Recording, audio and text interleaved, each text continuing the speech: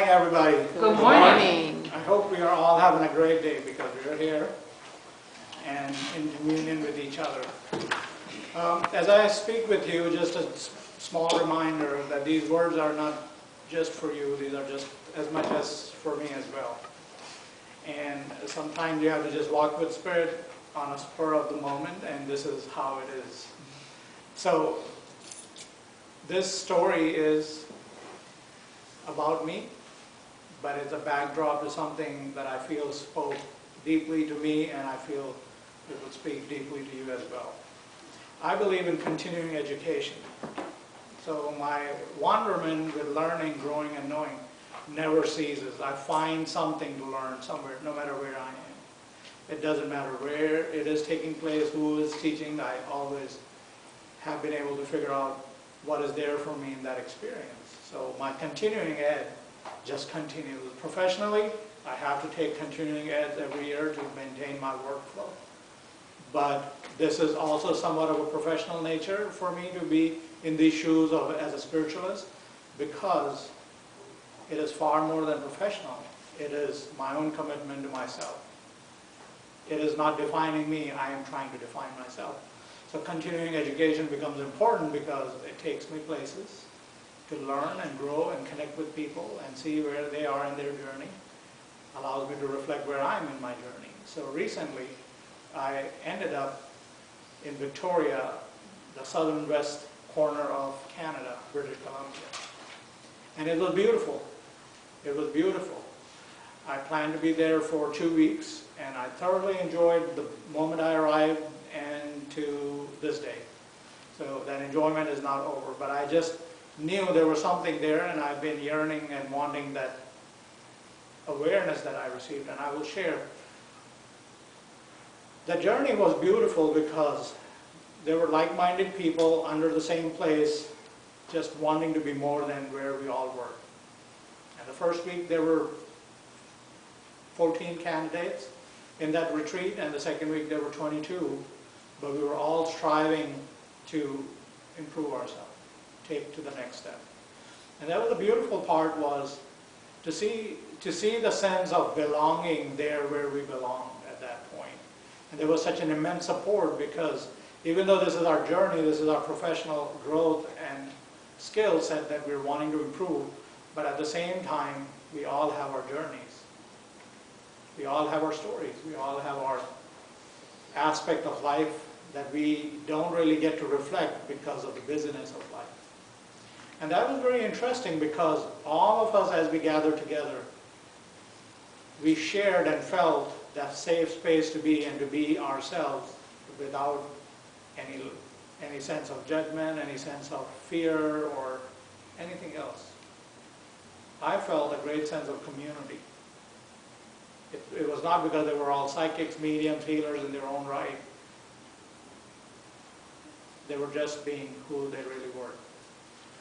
And that sense of community spoke value to me, and I felt there was just a reiteration from the spirit world for me to understand, where I feel in the last 2 years, the journey for me is becoming more about community than just me. I would love to see a community no matter where I go.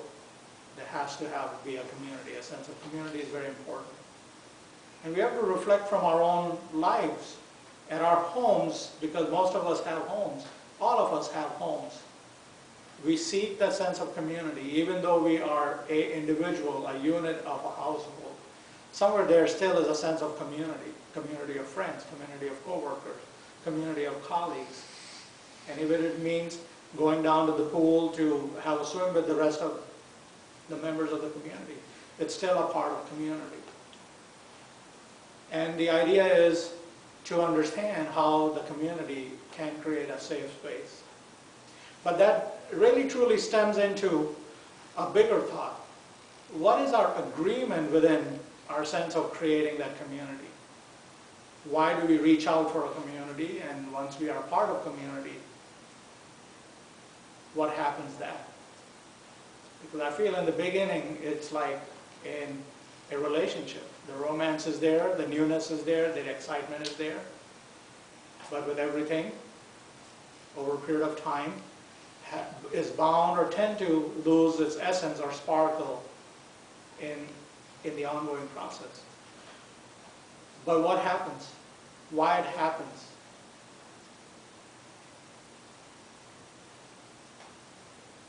I feel it's about giving each other space, and seeing each other in that sacred space is very important. We have been trained from a very early age through society and economics to be in self-preservation mode most of the time, where it's all about us. Am I safe? Am I fine? Am I secure in the ways and means that I have? That's all we tend to know, and within that we create a sense of a repetitive pattern for us, which we know is safe, which we know serves a purpose and a cause. And that being said, the idea is, why do we lose the essence of a community over a period of time? Because what we started, the idea of I can contribute to this, no longer becomes significant or relevant, because you have already given off yourself over and over and over again. But the question would be, is the community nurturing me as well?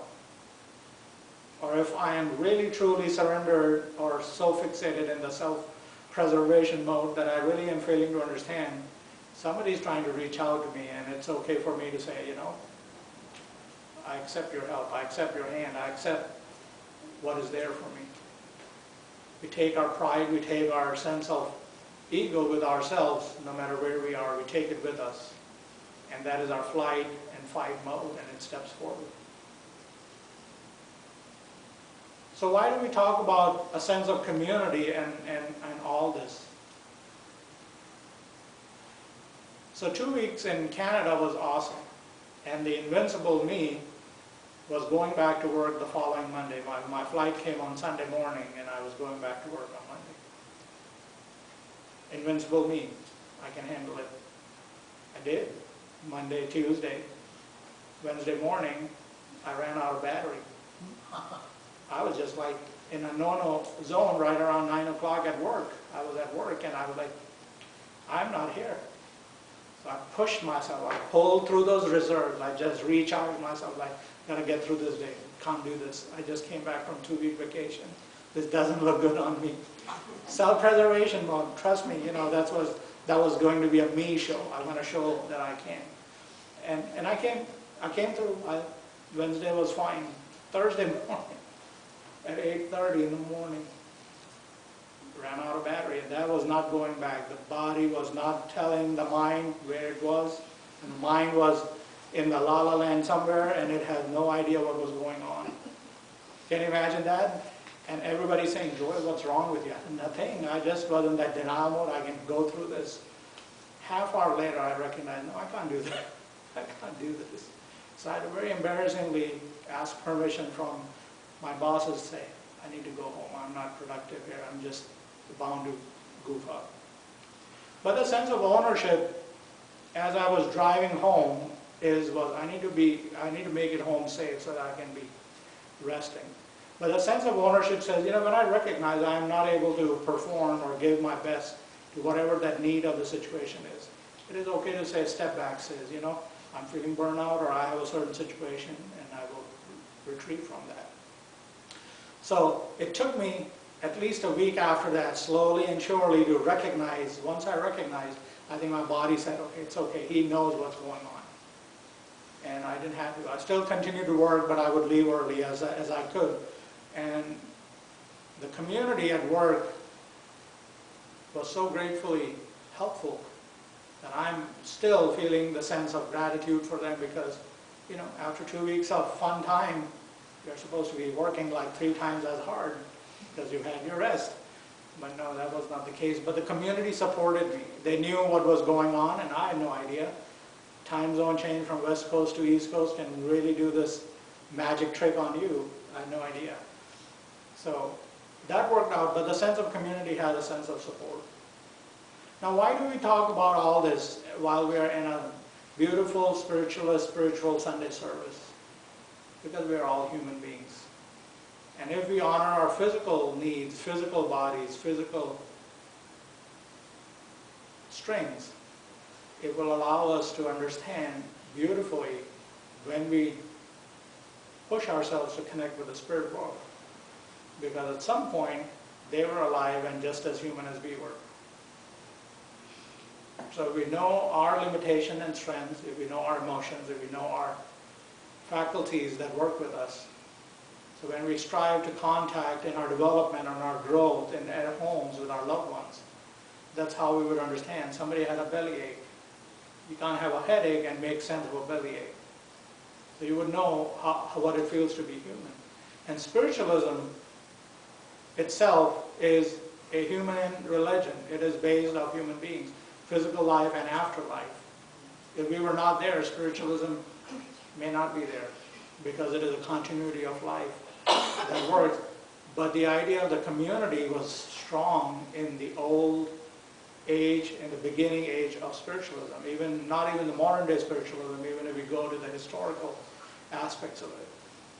The bodies of people sat together to raise the frequency and vibration of what they wanted to experience. Thus, they were able to raise the frequency and draw in the spirit bodies to have that experience. Right now, the closest communion I have is probably with my cell phone or my laptop, because I have to work, I have to be productive at all times. Do I take time for me to just sit quiet? I do. Sometimes I remind myself, Joy, it's too much. Leave it aside. Don't do anything. But at the same time, that community is very important. It has always been the premises of our religion and our belief system, because we sit in circles, we study in circles, we grow and develop in circles. Nowhere in our religion says, I sat by myself to develop. Only in very rare circumstances and rare conditions. But community is very important for growth and development. Not any society in this world has grown and developed without a sense of community. It might have failed, but it has not grown without a sense of community. So even though we may be burned out with our physical, family, financial situations, maybe it is time to just reflect and say, you know, I think I've done too much. Can I take a break for a few weeks and then I will come back and contribute what I have to contribute?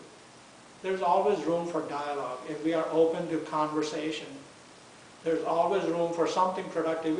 Even if it is a matter of difference, it's still productive. It gives you an opportunity to see what's going on. And when we sit for development, for spirit communication or anything, we are opening a dialogue with them. So when we can choose to have a dialogue with those that are passed on and are dead, why can't we have a dialogue with people that are alive and breathing? As simple as that. But that sense of awareness is about me. What about me? And why me? And I think it is relevant to an extent. Perhaps we are not walking in each other's shoes. We don't know our stories. But we always have an opportunity to say, tell me your story so that I can understand more how to walk in your shoes. As simple as that. But I just know that a sense of community can turn a lot of things within our own lives, within the fragments of our communities, home, social work, etc. And plus where we gather. This is a safe place, and I feel all of us and most of us feel safe sitting here in the congregation of like-minded people because we have a purpose. We are here for something more. Spiritualism within that has allowed me to understand taking ownership of my good and bad equally, understanding, oh, I goofed up, or oh, I messed up, is just as things like, oh my goodness, I did that, or I accomplished that. That is an essential thing. And that personal responsibility has really, really put me on spot many times. Sometimes you say a word, you say a dialogue, and 5 minutes later you're embracing it in reality. Your words are powerful. Our words are powerful. So understand the sense of community. There's a book called The Four Agreements by Don Miguel Ruiz. I think most of us have read it. And those who haven't read it, looks like this. He now has a fifth agreement. And the new book covers the fifth agreement, but this is really good and simple. On page 23, 22 and 23 of this book, I'm paraphrasing, he talks about agreements. And I think that becomes essential because in each community, or whenever there is more than one individual, there are two individuals coming in, any sort of partnership or partnering work or even walking together, we are creating agreements. And within that, this says, we all create agreements, and all of the time, or most of the time, we are stressed out about holding true to those agreements. And the reminder is, are those agreements even necessary? Is it okay to be just you and be able to work through that? And these agreements form the four agreements going on forward. It's just in the very introductory part of the book, but the idea of is thought-provoking. Says, why did I even make an agreement? Why was it not just enough to be present, to be a part of that experience? So within ourselves, how many of us would remember, I'm going to go with you because, I will help you, but there's always somewhere a conditionality is there. And I think it's just okay because it has become okay. Instead of saying, I will go with you because I take the same amount of joy and pleasure in being there. Or your journey is just as important as my journey. We are always creating these agreements and not realizing that we are setting up a backdrop which is susceptible to expectations, and expectations can lead to suffering. And the idea is, within the community, we recognize that you just have to be there, moving towards something that is commonly decided, commonly benefiting to that activity or the part of that group is just as great. If you have to stand up, you must stand up. But as spiritualists, we have to understand being a medium, being a healer, or any other thing doesn't really define us to be a spiritualist. It is just a part of that journey. To be a spiritualist or to be a part of spiritualism as a movement is more than just saying, I'm a psychic medium, or I'm a healer, or I'm this, or I'm that. That is just you defining yourself.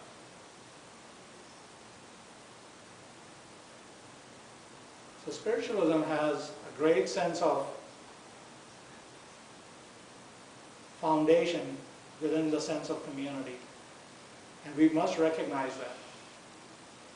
How do you bring this community together?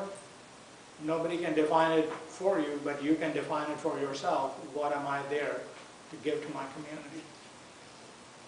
Because at the end of the day, that community is very capable of supporting you in your journey, no matter where you are. Casadega, my workplace, and my spiritualist community has always given me the support. Perhaps it is my own awareness that tells me I'm a part of something, and when they are in need, I will show up. And when I will be in need, somebody will show up. And whoever that somebody is, I would care less at that point. I would be just grateful somebody did show up. But that's a sense of community I carry with myself. And we all have different definition of that community. But whatever it is, are you upholding that sense of belief that you have within that? And you may have to ask yourself, will I be able to uphold what I feel? Because it's always the natural law of reciprocity says, what you do to somebody, they will do it back to you. Or whatever you provide, you will receive. There's always a two-way fare. So you have to understand, community is a big thing.